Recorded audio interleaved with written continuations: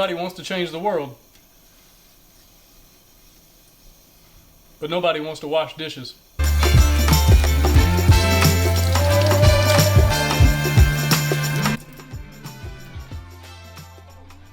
So several years ago, I took a group of high school kids to serve lunch at a soup kitchen in Atlanta. And when I asked what type of food we should bring, they suggested pancakes. And I thought, you know, that's a great idea. There's just something about pancakes that feels like home. Plus, you throw a little sausage and fruit on the side, that's a pretty solid meal. So we ended up serving about 100 people that day, but there's one in particular that really stands out.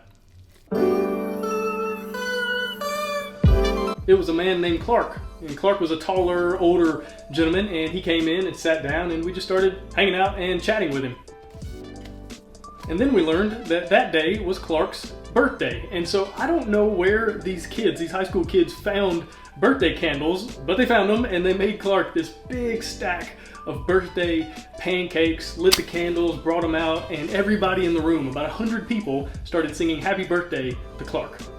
And Clark is just so incredibly happy. And as the song is going, he's just got these big tears in his eyes. And as we finish, he takes a moment, closes his eyes, makes a wish, and blows out the candles. And then everybody cheers. And it was such a beautiful, special moment to be a part of.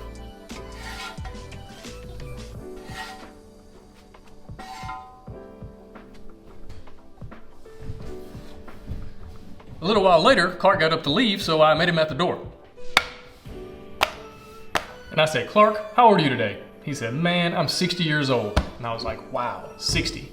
And I said, "Clark, quick question. When's the last time someone did this kind of thing for you? The last time someone made you a cake, sang you happy birthday, all that kind of thing?" And he thought for a moment, then he said, I think I was about 15 years old. As Clark left, all I could think about is that 45 years is a pretty big gap between people singing you happy birthday. And I'm not foolish enough to think that a stack of birthday pancakes changed Clark's life or anything, but I know for sure that they changed his day. And that's what most people don't seem to understand. You're never going to change the world, you're never going to change lives until you learn how to change days. You're never going to make a difference in the world until you start making a difference in the small, seemingly insignificant moments.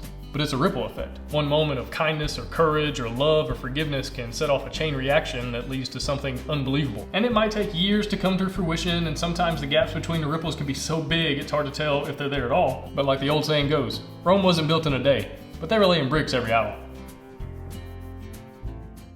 Years ago, I met a man named John who was living on the streets, and John's schedule was like clockwork. He panhandled on the same corner, bought beer from the same liquor store, got drunk under the same bridge, and slept in the same shelter day after day after day. Now, the shelter where he slept had this really good rehab program, and every morning right before John left, somebody from the program would invite John to be part of it.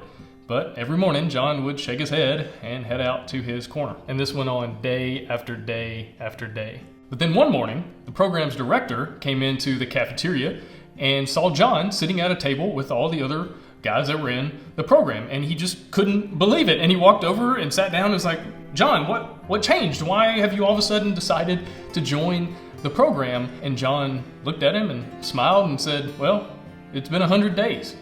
And the program director was like, 100? What do you mean 100 days? And John said, "Yeah, it's been 100 days in a row that somebody from the program invited me to be a part of it. And so I figured, you know, after 100 days in a row, maybe I'll actually mean it. You really do want me here." See, you never know what day you're on. You might help someone in just some small, seemingly insignificant way, and it's only day 1.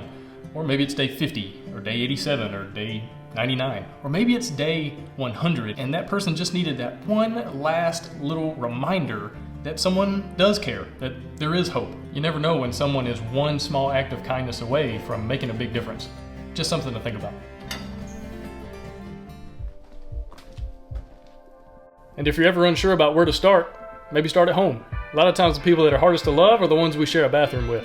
And if you're ever unsure about what to do, maybe wash the dishes.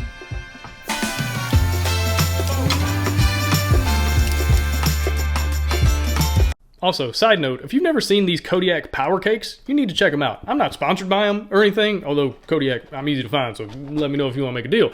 But these things are incredible. 15 grams of protein in these bad boys. That's awesome.